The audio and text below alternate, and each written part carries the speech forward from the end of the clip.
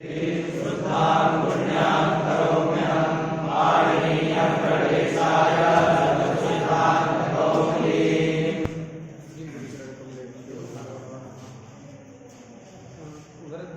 संधि के क्रम में हमने एत्येधत्युत्सु इस सूत्र का अध्ययन किया। एत्येधत्युत्सु इस सूत्र के अंतर्गत लघु सिद्धांत कौमुदी में कई सारे वार्तिकों का परिगणन किया गया है, वार्तिकों को रखा गया है। उन वार्तिकों का अध्ययन आज की कक्षा में हम लोग करेंगे। तो एत्येधत्युत्सु इस सूत्र में सबसे पहले वार्तिक है अक्षादूहिन्याम उपसंख्यानम। इस अक्षादूहिन्याम उपसंख्यानम वार्तिक में 3 पद हैं। पहला पद है अक्षात, ये अक्षात पद है जो कि पंचमी के एक वचन का है। इसके बाद दूसरा पद है ऊहिन्याम, यह सप्तमी के एक वचन का है, जैसे लतायाम वगैरह मत्याम बनाते हैं, ऊहिनी शब्द है। उस ऊहिनी शब्द के सप्तमी एक वचन में ऊहिन्याम यह पद बनता है। इसके बाद उपसंख्यानम, यह प्रथमा के एक वचन का पद है। तो यह वार्तिक त्रिपदात्मक हुआ। यह वार्तिक वृद्धि विधान करने के लिए यहाँ पर रखा गया। साक्षात यदि इसका अर्थ देखें तो हमको समझ में आता है अक्षात ऊहिन्याम, तो ऊहिनी में सप्तमी है, तो लगता है अक्ष से ऊहिनी परे रहते यह सूत्र वृद्धि करता है, ऐसा अर्थ समझ में आ रहा है कि ये अक्ष शब्द है, अक्ष और ऊहिनी, तो झटती सूत्रार्थ मतलब वृत्ति जो वार्तिक है, उस वार्तिक को देखने पर जो झटती बोध होता है वह क्या बोध है? अक्षात मतलब अक्ष से, ऊहिन्याम मतलब ऊहिनी शब्दे परे, पूर्व परयोः वृद्धि एकादेशः भवति, ऐसा अर्थ जो है प्रतीत होता है। किंतु यह झटति प्रतीयमान जो अर्थ है वह अर्थ इसका युक्त अर्थ नहीं। ऐसा करेंगे कि अक्ष से ऊहिनी परे रहते पूर्व और पर के स्थान में वृद्धि होता है, तो ये संपूर्ण अक्ष ऊहिनी के स्थान में वृद्धि होने लगेगी। अक्ष से ऊहिनी परे रहते, तो अक्ष ये है, उससे ऊहिनी पर में है, पूर्व अक्ष और पर ऊहिनी, इन दोनों के स्थान में कोई एक वृद्धि वर्ण आदेश हो जाएगा, जिससे अक्षौहिणी शब्द नहीं बनता है। बात सुना गया? अगर यही सामान्य तो प्रतीयमान जो अर्थ है अक्षात ऊहिनी परे पूर्व परयोः दीर्घ वृद्धि रेखादेश है, अयम प्रतीयमानः अर्थः यदि अंगीक्रियते तथा सति संपूर्णस्य अक्ष शब्दस्य ऊहिनी शब्दस्य च स्थाने वृद्धि रेखादेशस्य तथा सति अक्षौहिणी इत्यस्य पदस्य निष्पत्तिः न भविष्यति। शब्द नहीं बन पाएगा, इसलिए इसका कुछ अलग अर्थ करना पड़ेगा कि नहीं? तो क्या इसका वास्तविक अर्थ है जिससे अक्षौहिणी ये पद बन जाए, यह हमको विचार करना है। तो देखते हैं क्या अर्थ किया जाए। तो इसमें 3 पदों की अनुवृत्ति करना है। कि क्या क्या करना है? 3 पदों की अनुवृत्ति करना है। इसके बाद इससे एक परिनिष्ठित अर्थ निकलेगा, परिष्कृत अर्थ निकलेगा, जिस अर्थ के द्वारा अक्षौहिणी इस शब्द का साधुत्व हो पाएगा। वे क्या पद हैं? तो सबसे पहले आद गुण है इस सूत्र से, इसमें आद की अनुवृत्ति लाते हैं। समझा गया? आद गुण से आद ये पंचम व्यंजक पद आता है। इको यणचि इस सूत्र के द्वारा अची की अनुवृत्ति आती है, और वृद्धि रेथी से वृद्धि पद की अनुवृत्ति आती है। इसमें 3 पद अनुवृत्त होते हैं। कौन कौन? उसका सूत्र भी बोलिए, हमने लिखा नहीं क्योंकि लंबा होगा। तो आत्मिति पंचम व्यंजकम अनुवर्तते, इको यणचि सूत्रात् अचि सप्तम व्यंजकम अनुवर्तते, वृद्धि रेथी के प्रथमैकवचनान्तम् अनुवर्तते। इत्थम् अत्र पदत्रयम् अनुवर्तते। इन 3 पदों की जो है अनुवृत्ति शास्त्र में होती है। अब देखो संबंध कैसे करना है। तीनों आए तो इनका वार्तिक में विद्यमान जो पद हैं उनके साथ संबंध करना होगा कि नहीं। तो देखिए अक्षात में जो अक्ष शब्द है उस अक्ष शब्द की हम लक्षणा करेंगे। क्या करेंगे? हमको कहना क्या है, अक्ष शब्द का जो आकार, ऐसा अर्थ करना। अक्ष शब्द के आकार से परे ऐसा अर्थ चाहिए, केवल अक्ष से परे ऐसा नहीं करना है। क्या कहना है? अक्ष शब्द के आकार से परे। अब अक्ष के आकार से परे कहना है तो यह अर्थ कब निकलेगा? जब अक्ष में षष्ठी होती। अक्ष में षष्ठी होती तो क्या हो जाता? अक्षस्य अकारात्, ये आ दिख रहा है, इसका अर्थ अकारात्। अक्षस्य में षष्ठी होती तो षष्ठी का अर्थ कर देते अवयव, अवयव अवयवी भाव संबंध, तो अर्थ निकल जाता अक्ष शब्दावयव अकारात्। लेकिन षष्ठी है नहीं है इसे, लेकिन अर्थ तो चाहिए। यहाँ अक्ष शब्द का अवयव आकार ही ग्राह्य है, अतः अवयव अर्थ तो लाना है। उसके लिए क्या करेंगे? अक्ष शब्द से साक्षात अक्ष अवयव ये अर्थ का बोध नहीं हो रहा है, तो अक्ष पद की लक्षणा करेंगे। क्या करेंगे? अक्ष पद की लक्षणा करेंगे। कहाँ लक्षणा करेंगे? अक्ष पद की लक्षणा है अक्षावयव। इसमें लक्षणा है अक्षावयव। अक्ष पद की अक्षावयव में लक्षणा, समझा गया? अक्ष शब्द का अर्थ अक्षावयव। अब पूरा क्या हो जाएगा? अक्षावयवात्। अक्षात का अर्थ क्या होगा? अक्षावयवात्। आत है तो उसका अर्थ है अकारात्। तो जो अक्षावयव है वही अकार है कि नहीं है, और जो अकार है वही अक्षावयव है। यहाँ तो ये दोनों, आत भी पंचम्यंत है, अक्षात यह भी पंचम्यंत है, जिसका अर्थ क्या है? अक्षावयवात्। हो गया कि नहीं? तो दोनों समान विभक्त्यंत, मतलब आत इस शब्द से आकार, क्या अर्थ उपस्थित होता है? आकार। आत से आकार से ऐसा अर्थ होता है। अक्षात का मतलब अक्षावयव से। तो समान विभक्त्यंत पदों से उपस्थित जो अर्थ होते हैं उन अर्थ में अभेद संबंध से अन्वय होता है। जानते हैं नीलो घटः, हमने कई बार इसको दृष्टांत बता चुके हैं हमने कि जो है क्या है? नीलो घटः। नीला भी प्रथमांत है, घटा भी प्रथमांत है। इन दोनों प्रथमांत पद से उपस्थित जो नील पदार्थ और घट पदार्थ दोनों का अभेद संबंध से अन्वय करते हैं, अर्थ क्या होता है? नीला भिन्ना घटः। मतलब जो नील है वही घड़ा है, जो घड़ा है वही नीला है कि नहीं? तो ये दोनों में अभेद है ना, मतलब ऐक्य है, दोनों अलग अलग वस्तु नहीं है। तो अभेद अन्वय करके नीला भिन्ना घटः ऐसा हम बोध करेंगे।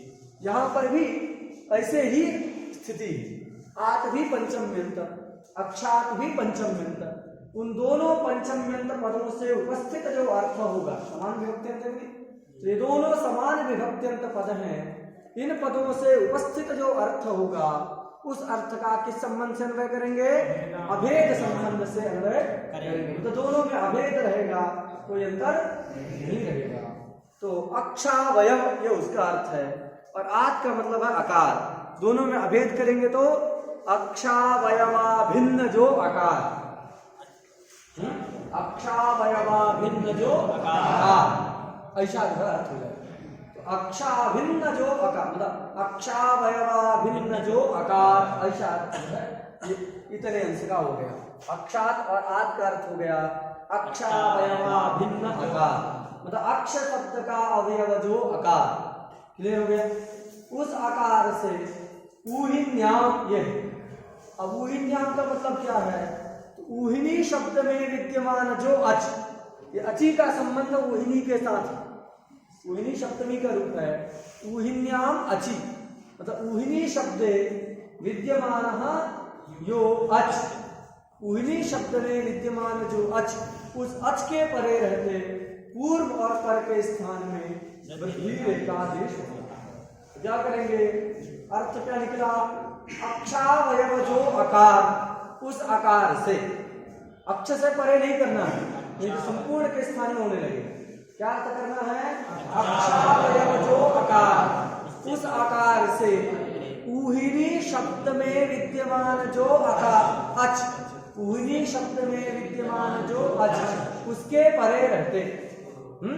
ऊहिनी शब्द में विद्यमान का अभिप्राय क्या है, ऊहिनी शब्दावयव, इसका फलितार्थ क्या निकलेगा, अक्षरार्थ सप्तमी है, इसलिए हमने कह दिया उसमें विद्यमान, उसमें रहने वाला। घटक, सप्तमी का अर्थ घटक, ऐसा मान लीजिए। जैसे हम पढ़ते हैं ना, हकारादिषु हकारः उच्चारणार्थ, तो वहां हमने बताया था कि हकारादिषु में सप्तमी का अर्थ क्या है, घटकत्वं सप्तम्यर्थः, हकारादि घटकः आकारः उच्चारणार्थ, ऐसा अर्थ किया। घटक का मतलब अवयव। तो यहाँ ऊहिन्याम इत्यत्र या सप्तमी विभक्ति ही श्रूयते, तस्याः सप्तम्याः घटकत्वमर्थः। ऊहिनी का अर्थ क्या हो गया, ऊहिनी घटक, ऊहिनी, ऊहिन्याम का अर्थ क्या है, ऊहिनी घटक, और अच का संबंध कर देंगे तो ऊहिनी घटक अच के परे रहते, अथवा ऊहिनी शब्दावयव अच के परे रहते। घटक का अर्थ अवयव है।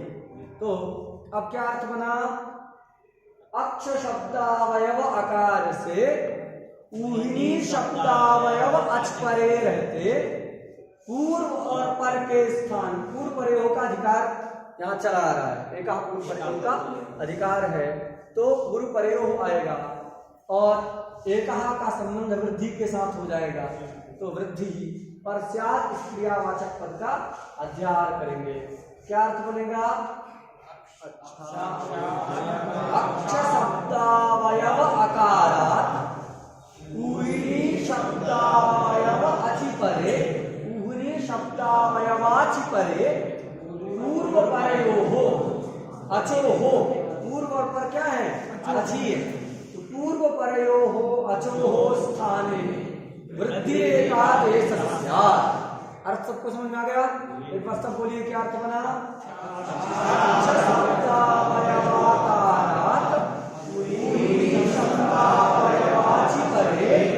पूर्व परयोः अचोः स्थाने वृद्धि एकादेश स्यात्। समझ गया, इसको अभ्यास करके रखिएगा, यही जो है इसका परिनिश्चित जो है अर्थ है, इसी से हम शब्द को बना सकते हैं।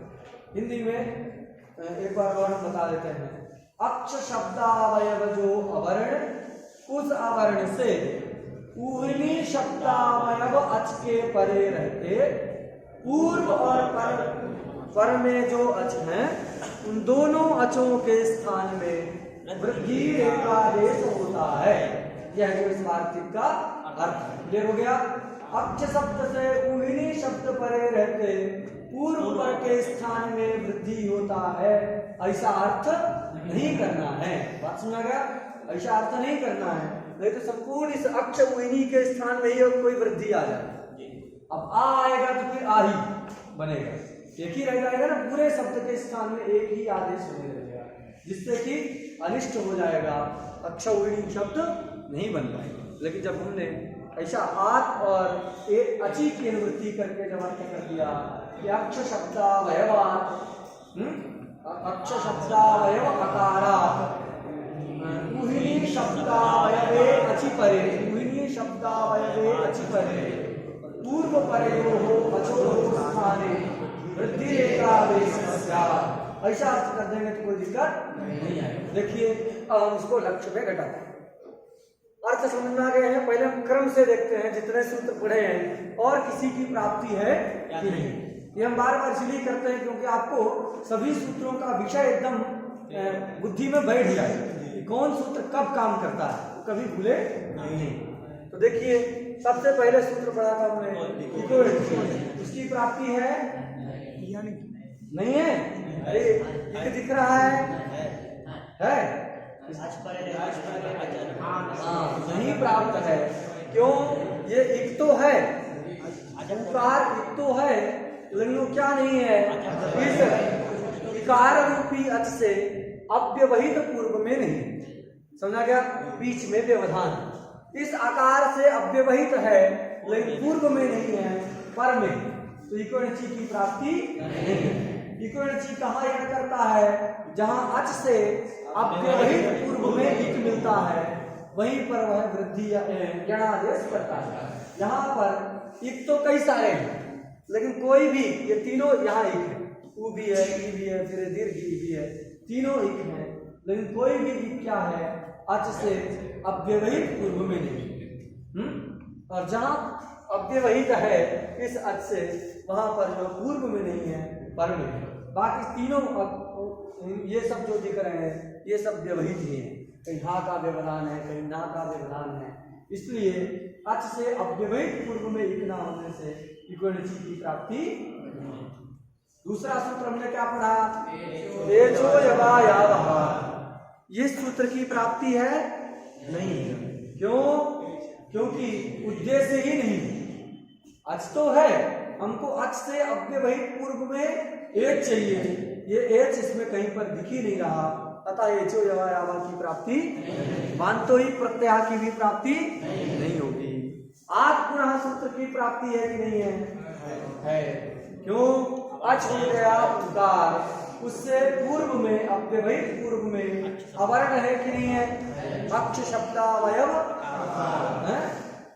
ककारोत्तरवर्ती शकारोत्तरवर्ती अकार, क्षा में जो है ना, काशा संयोगे शा, दो वर्णों को मिला के बनता है का और शा, ये जब मिलता है तो क्षा बनता है।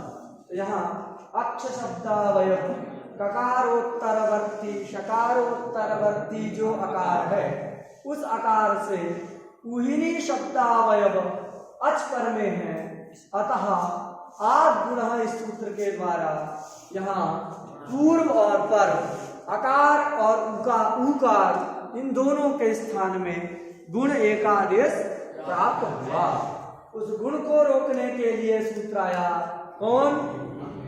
मतलब सूत्र का मतलब वार्तिक। वार्तिक के लिए भी सूत्र शब्द का प्रयोग भाष्यकार ने एक दो जगह किया है। तो कभी वार्तिक के लिए सूत्र निकल रहा है तो ये मत सोचना कि जो है भैया गलत बोल रहे हैं, उसके वार्तिक के लिए सूत्र शब्द का प्रयोग जो है शास्त्र सम्मत है। तो ये आठ गुणा से जो प्राप्त गुण है, उस गुण को रोकने के लिए, उसको बाधित करने के लिए क्या सूत्र मतलब वार्तिक आया? क्या? ये अपवादत्वात् रोकेगा। कैसे रोकेगा? कई प्रकार से बाधक होते हैं, तो अपवादत्वात् बाधक। अपवाद कब बनता है? कि जब उत्सर्ग के अप्राप्ति योग्य स्थल में कभी भी चरितार्थ ना हो। तो जहां आत्मा की प्राप्ति नहीं है, ऐसे कोई भी स्थल में ये वार्तिक चरितार्थ नहीं है, इसलिए क्या हो गया? निरवकाश हो गया कि नहीं? कहीं भी नहीं लगा तो निरवकाश हो गया। और निरवकाशो विधि पढ़े ना, निरवकाशो विधि अपवाद, तो ये उसका अपवाद है। किसका अपवाद है? इस शास्त्र का अपवाद है यह वार्तिक। अक्षादुहिन्याम उपसंहारम। तो इस वार्तिक के द्वारा क्या होगा? यहाँ पर वृद्धि करना है। अब देखते हैं वार्तिक घट रहा है कि नहीं। तो देखिए, अक्ष शब्दावयव अवर्ण है कि नहीं है? कौन सा अवर्ण? सकारोत्तरवर्ती सकारोत्तरवर्ती, नहीं तो ये भी आकार है। अक्ष शब्दावयव आकार से तो पहला वाला आकार भी मिल जाएगा, समझा कि वो भी, लेकिन उससे परे कोई उहिनी शब्द का अच पर में नहीं है। तो इसी को लेना है ये निश्चित, क्योंकि अक्ष शब्दावयव अवर्ण तो ये भी है, ये भी है, इसको नहीं लेना है क्योंकि उसके बाद उहिनी शब्द का अच नहीं है। तो साफ सुथरा कहना होगा किसी को, तो क्या कहेंगे? अवर्ण से कौन मिल गया? अक्ष शब्दावयव ककारोत्तरवर्ती शकारोत्तरवर्ती अकार, उस आकार से उहिनी शब्दावयव अच पर में कि नहीं? कौन अच? उकार रूपी अच। इन दोनों पूर्व और पर के स्थान में वृद्धि एकादेश हो जाए। एक वृद्धि करना। वृद्धि वाले तीन हैं, कौन कौन? आ, आई, औ। क्रम से देखते हैं कौन प्राप्त हो सकता है। तो आ का उच्चारण स्थान, इस आ का मिल रहा कि नहीं? लेकिन ऊ का क्या है? तो मेल नहीं खा रहा। ऐसा लाना है कि जिसका दोनों के साथ जो है मेल हो, दो स्थानीय है तो दोनों से जो मिलता जुलता हो, ऐसा ही आदेश जो है हमको लाना हो। तो कौन है? आकार नहीं हो सकता। बात सुना गई कि नहीं? और एकार देखते हैं तो एकार भी नहीं होगा, क्योंकि एकार का उच्चारण स्थान क्या है? कंठ तालु। कंठ तो इस अक्ष शब्दावयव क्षकारोत्तरवर्ती आ से मिल रहा है, लेकिन ऊहनी घटक ऊकार से नहीं मिल रहा है, अतः ऐकार को भी हम नहीं कर सकते। अवशिष्ट कौन बचा? अवशिष्ट बचा औकार। उस औकार को देखते उच्चारण स्थान क्या है? कंठोष्ठ। तो कंठ और ओष्ठ स्थानी का भी एक नहीं। कंठ ओष्ठ स्थानी वाले मतलब कंठ ओष्ठ स्थान वाले जो स्थानी हैं अकार और उकार, उन दोनों के स्थान में कंठ ओष्ठ उच्चारण स्थान वाला औकार हो जाएगा। तो इन दोनों को हटा करके हम क्या कर देंगे? ये ऊ चला गया और इससे ये तो ठीक है, ये हलंत लगा दी, ठीक है। तो इन दोनों के स्थान में क्या आ गया? औ आ गया। अब दोनों को अज्जीनम ये अच से हीन है कि नहीं? जब अच से हीन होता है तो बाद वाले अच के साथ जुड़ जाता है। अज्जीनम जुड़ गया, क्या बन गया?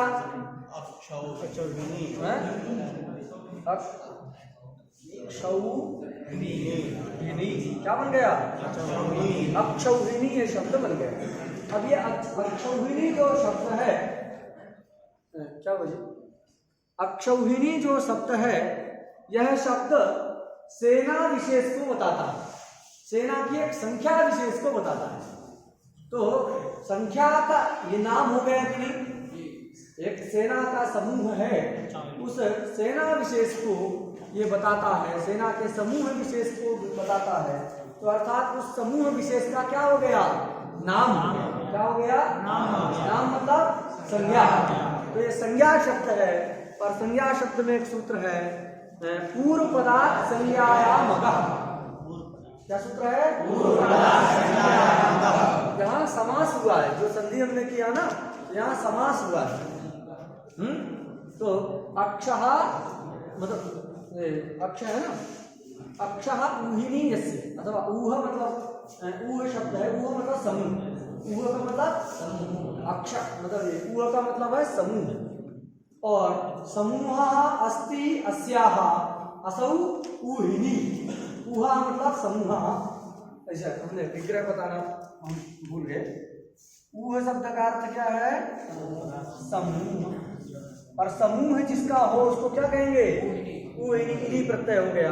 तो अक्षः मतलब ऊहा नाम समूह, सा अस्ति यस्याः सा ऊहिनी, इन्हीं प्रत्यय करके नाम तत्वाद गीत प्रत्यय हो जाएगा, निम्न गीत से ऊहिनी शब्द बन गया। फिर ऊहिनी जब बन गया, अक्षः मतलब ऊहः अस्ति अस्याः असौ ऊहिनी, ऐसा ऊहिनी शब्द पहले बना लेना। अक्षः न ऊहः अस्ति अस्याः सा ऊहिनी है, मतलब समूह वाला, समूह वाली। तो अक्ष परिमित जो है वहाँ क्या है? समूह है। वस्तुतः ये विग्रह की बहुत आवश्यकता नहीं है, क्योंकि संज्ञा शब्द जो होते हैं उनका जो है लौकिक विग्रह से बोध नहीं होता। लौकिक विग्रह, किसी का एक नाम है, मान लो कोई नाम है कोई राजमणि नाम है किसी का, मतलब पूरे राज्य का जो मणि हो उसको राजमणि कहेंगे।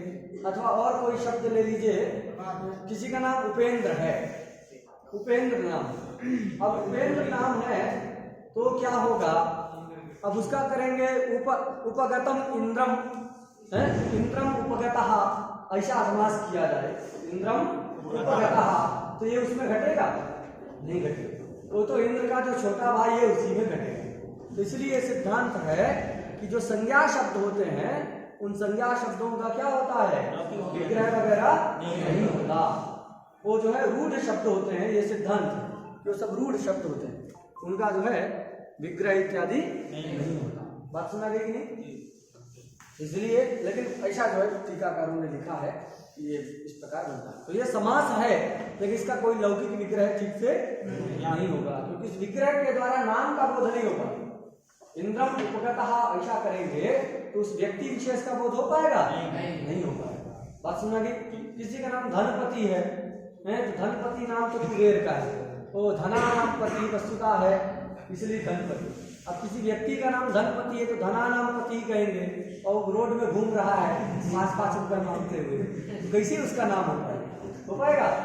इसलिए जो ये सिद्धांत है इसको याद रखिएगा, संज्ञा शब्दों का जो है क्या नहीं होता, विग्रह नहीं होता। अगर विग्रह करके अर्थ करेंगे तब तो मुख्य जो अर्थ होगा उसी का बोध होगा। इंद्रम उपगतः अर्थ करोगे तब तो भगवान वामन का ही बोध होगा। बात सुनना गई? तो यहाँ पर भी बहुत उसकी आवश्यकता नहीं है, लेकिन ये संज्ञा शब्द है, समझा गया, नाम है। तो ये पूर्व पद क्या था, अक्ष, उसमें निमित्त है कौन, सकार। जब हम णा करते हैं ना, णत्व करते हैं, ना के स्थान में णत्व करते हैं, तो णत्व के प्रति 3 निमित्त होता है, या तो ये शकार होता है, या फिर रा होता है, या फिर कहीं कहीं री होता है, धात्रीणाम पितॄणाम इत्यादि। 3 से परे रा से, सा से और री से पर में रहता है, तभी जो है ना के स्थान में णा होता है। रामेण में होता है कि नहीं, क्योंकि रा से पर में ना, रामेण इंदु कहता है। बालकेन में नहीं होता, क्योंकि वहां पर कोई भी निमित्त नहीं है। बालकेन में होता है ना, नहीं होता, क्योंकि कोई निमित्त नहीं है, 3 ही निमित्त होते हैं। यहाँ पर निमित्त यहाँ बैठा है अक्ष शब्द। अटकुबांग नुम्बेवाईपी एक सूत्र है रत्व करने वाला। अटकुबांग नुम्बेवाईपी वही रत्व करता है जहाँ निमित्त और निमित्ती दोनों एक ही पद में रहे। निमित्त है कौन, ये रा, शा, री, ये सब निमित्त है। और निमित्ती क्या होता है, ना। यहाँ पर निमित्ती कौन होता है, ना। तो जब निमित्त और निमित्ती दोनों एक ही पद में रहता है तब अटकुबांग नुम्बेवाई की सूत्र के द्वारा णत्व होता है। जहाँ दोनों अलग अलग पद में रहेंगे वहां पर णत्व नहीं होता। राम नाम में कभी सुने णत्व होते हुए? रा तो है, निमित्त अलग पद में है राम में, और नाम में नकार अलग नहीं होता ना। राम नरेश णत्व हुआ, अरे ना तो है ही, तो निमित्त और निमित्ती दोनों हैं, लेकिन णत्व वहां अटकुबांग नुम्बेवाई से क्या होता है, नहीं होता, क्योंकि अलग अलग पद में। रघुनाथ, राम नरेश और राम नाम, इन सब में कहीं णत्व नहीं होता। क्यों? क्योंकि वो अलग अलग पद में विद्यमान है, निमित्त और निमित्ती अलग अलग है।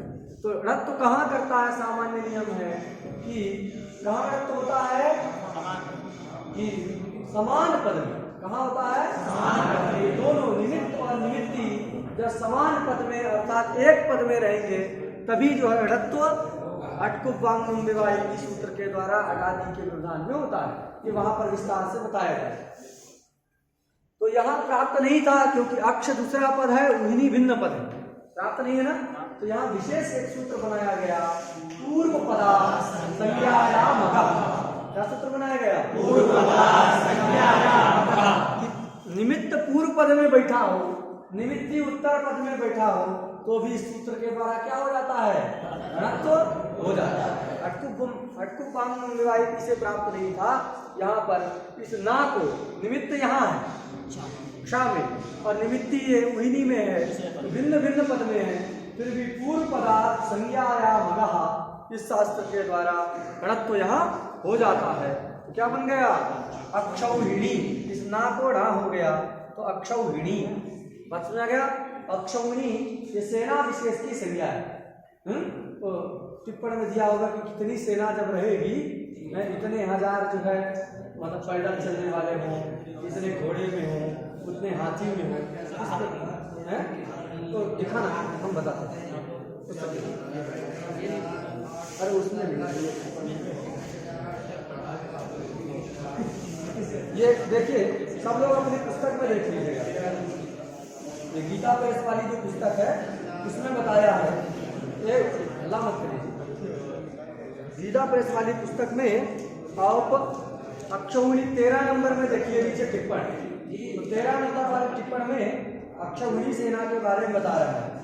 ये सेना जो है महाभारत के युद्ध में अक्षौहिणी सेना जो है वहां पर युद्ध किया। 18 अक्षौहिणी सेना थी। सेना थी। अब एक को बताएंगे, एक अक्षौहिणी सेना में कितने लोग रहते हैं ये ग्रंथकार बताएंगे। ऐसी 18 अक्षौहिणी सेना महाभारत के युद्ध में थी, जिनमें से 11 कौरवों के पास थी, 11 की और 13 11 उनके पास थी और 7 जो है पांडवों के पास थी। तो ऐसा जो है अक्षौहिणी सेना थी। तो देखिए कितना आते हैं, उसमें 21,870 रथ हैं। कौन सेना अक्षौहिणी सेना कहलाएगी? जिस सेना में 21,870 क्या हो रथ हो, मतलब इतने रथ हो, लोग युद्ध कर रहे हो रथ में, और 21,870 ही हाथी हो, तथा 65,610 घोड़े पर चढ़ करके युद्ध करने वाले हो, और 1,09,350 इतना पैदल जो है युद्ध करने वाले हो। जमीन में रहते हैं ना, पलाटी मतलब पैर से जो चल करके युद्ध करने वाले 1,09,350 इतने लोग जब सेना में रहेंगे, उस सेना को क्या कहते हैं? अक्षौहिणी सेना। मतलब 21,870 रथों, 21,870 हाथियों और 65,610 ये घोड़े हों, और 1,09,350 इतना जो पैदल युद्ध करने वाले हों जमीन पर। इतनी बड़ी जो सेना होती है, इस सबको मिला करके उस सेना का नाम क्या होता है? सेना। ऐसी 18 अक्षौहिणी सेना महाभारत में जो युद्ध कर रही थी। 18 अक्षौहिणी सेना, बात सुना गई थी। तो चलिए, तो अक्षौहिणी सेना समझा गया।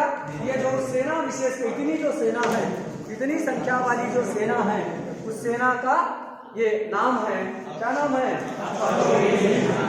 अक्षौहिणी उसका नाम है। तो क्या है अक्षौहिणी? तो बता दिए सेना, ठीक है। तो ये अक्षौहिणी शब्द को हमने पढ़ा। चलो आगे।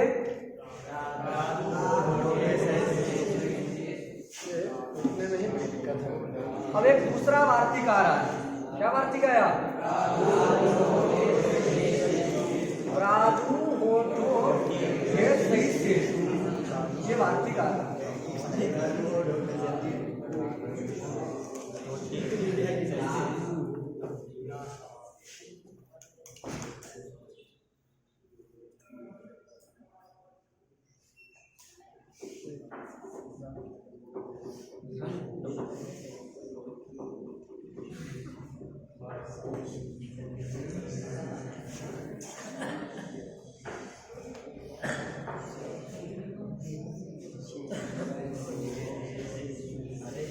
ठीक दिखा जी, सही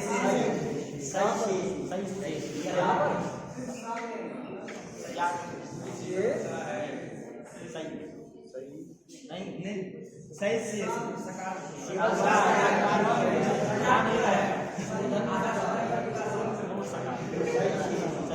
ठीक है। बात सुना गई?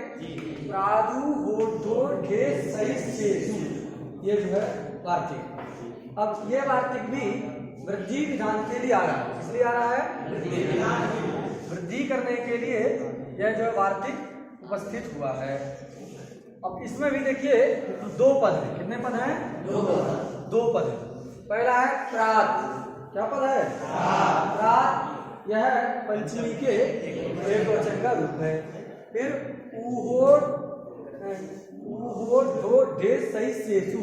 यह जो है दूसरा पद है सप्तम में। इसका भी सीधे सीधे अगर अर्थ करेंगे कि प्रा से उहादि शब्द के परे रहते वृद्धि होता है, तो पूरे समुदाय के स्थान में वृद्धि होने लगेगी, जिससे कि इष्टक प्रयोग की सिद्धि नहीं होगी। इसलिए क्या करना है कि इसमें भी आठ की अनुवृत्ति करेंगे, और अच की भी अनुवृत्ति करेंगे, अची की अनुवृत्ति करेंगे, वृद्धि की भी अनुवृत्ति आएगी। तो सेम उसी तरह अर्थ करना है। प्रा शब्द का अर्थ हो जाएगा प्रशब्दावयव। प्रा शब्द का अर्थ क्या कर देंगे? प्रशब्दावयव। आज का संबंध उसके साथ होगा तो प्रशब्दावयव अवर्णात् क्या हो जाएगा? प्रशब्दावयव अवर्णात् ऊहादि शब्दावयवे अचि परे। प्रशब्दावयव अवर्णात् ऊहादि शब्दावयवे अचि परे पूर्व परयोः अचोः स्थाने वृद्धि रेखा देशस्य। यह क्या अर्थ होगा?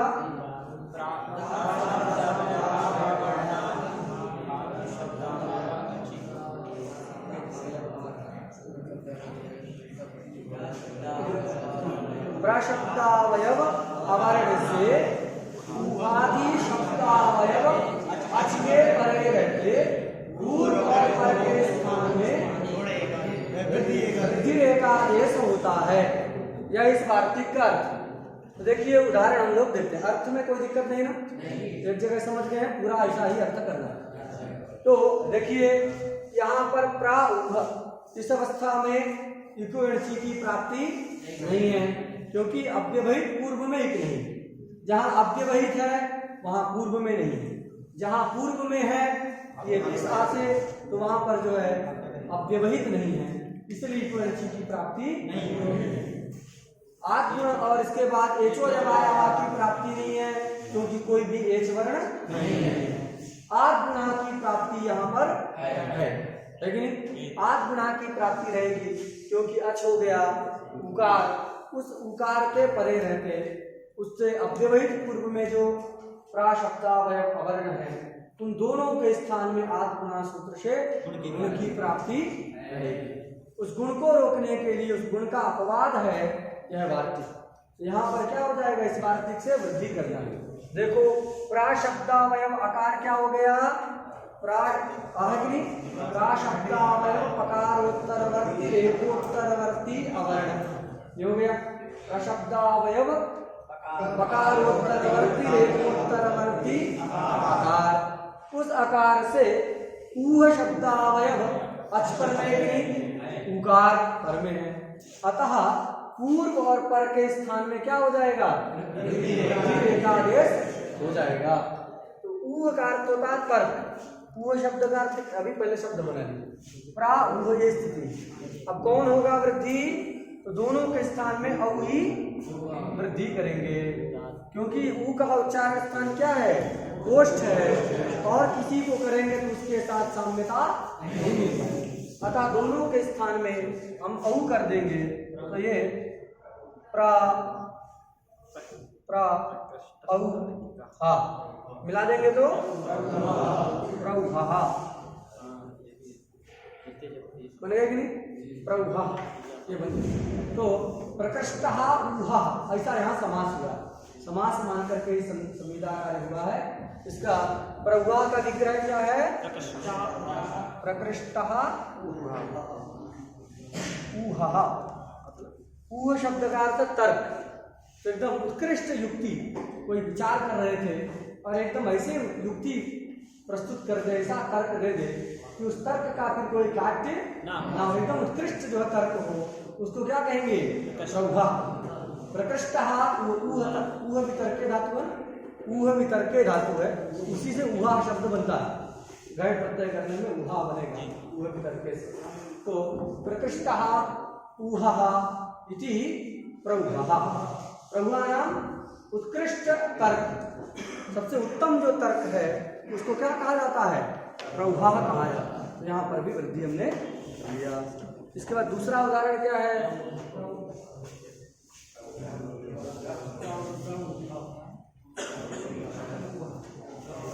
दूसरा है प्रौढ़ा बनाना। प्रौढ़ा तो प्रा है और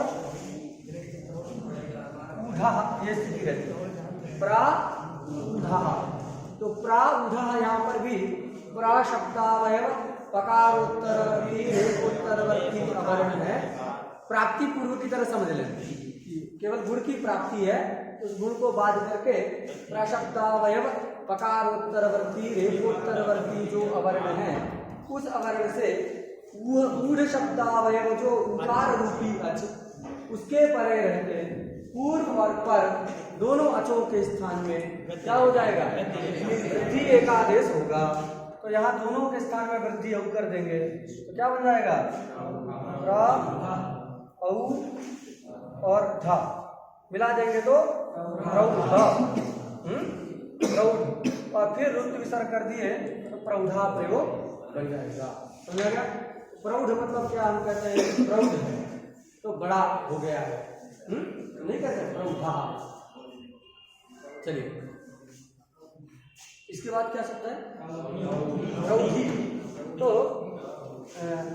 प्रा और ऊढ़ी, प्रा ऊढ़ी, ये प्रौढ़ी शब्द बनाना है। ये दोनों ही यहाँ पर क्या है, वाह धातु है। क्या धातु है, ये ऊढ़ा में भी और ऊढ़ी में भी, दोनों जगह वाह धातु। वाह धातु को यहाँ जब ता प्रत्यय करते हैं, निष्ठा वाला, निष्ठा सूत्र से ता प्रत्यय करते हैं तो क्या होता है, ऊढ़ा शब्द बनता है। वाह धातु से जब क्या करते हैं, ता प्रत्यय करते हैं निष्ठा वाला, तो ऊढ़ा शब्द बनता है। संप्रसारण वगैरह होकर के वचिष्ठ आदि नाम से संप्रसारण हो जाएगा, रक्त वगैरह करके सब, तो ऊढ़ा बनता है। और जब स्त्रियाम तीन से तीन प्रत्यय करते हैं, क्या करते हैं, तीन, ये तीन प्रत्यय करते हैं, स्त्रियाम तीन से तीन प्रत्यय करते हैं स्त्रीलिंग में, तो क्या शब्द बनेगा, ऊढ़ी शब्द बनता है। ऊढ़ी परे रहते बीच से वृद्धि होती है। दोनों वह धातु का ही रूप, कृदंत में वह धातु से जब ता करेंगे तो ऊढ़ा, और जब तीन करेंगे तो ऊढ़ी, ये शब्द रहेगा। तो प्रा शब्द है, उससे ऊढ़ी शब्दावयव उकार रूपी अच पर में है, अतः उन दोनों के स्थान में, दोनों अचों के स्थान में वृद्धि आदेश कर देते हैं, वृद्धि अव हो जाता है। तो दोनों को हटा देंगे, उसके स्थान में अवृद्धि कर दिए, अजीनम परेड संयोजन से मिला दिए नियम के अनुसार, तो क्या बन गया, ये शब्द भी बन गया।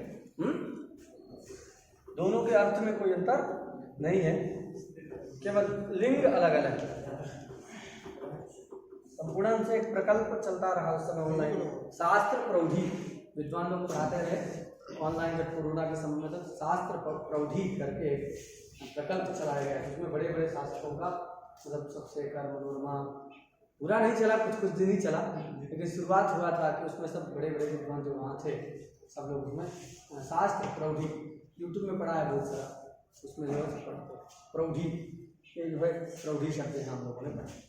चलिए इसके बाद क्या है, तो प्रैषः बनाना, क्या बनाना है, प्रैषः।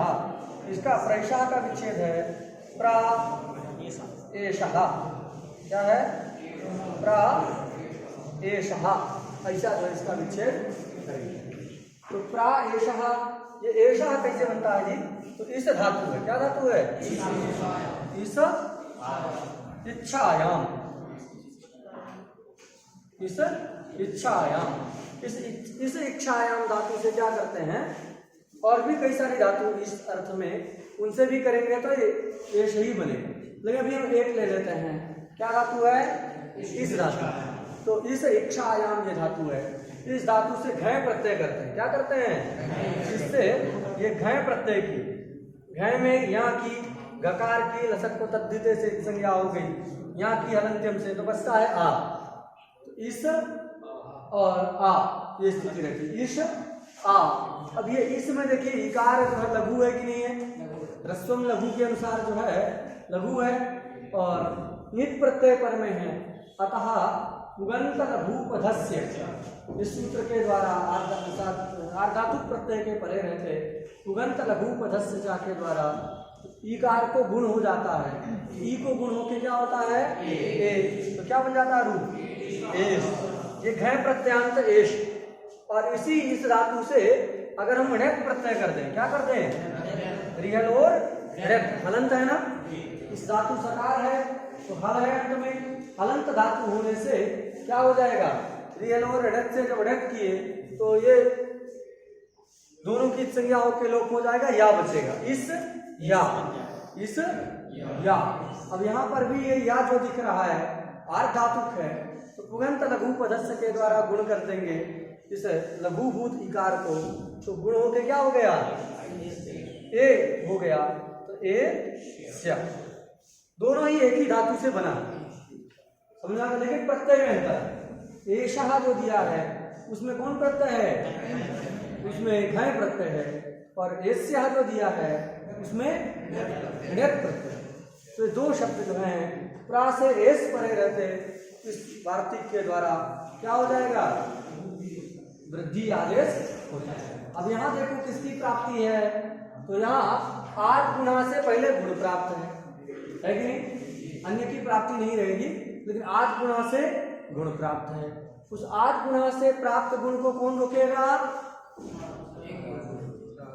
वृद्धि रेचि, पहले क्या रोकेगा, वृद्धि रेचि है ना, अवर्ण से एच पर में है तो वृद्धि रेचि से क्या प्राप्त रहेगा, वृद्धि की प्राप्ति। उस वृद्धि को भी कौन रोकेगा, एक ही पर रूपम, उस एक ही पर रूपम को रोकने के लिए इसमें अलग से जो है एस और एस से का ग्रहण किया है, बात सुना गया। तो तीन जो शुरू में ग्रहण किए गए हैं, ऊढ़, ऊढ़ी और ऊढ़, वो किस लिए है, गुण को बांधने के लिए।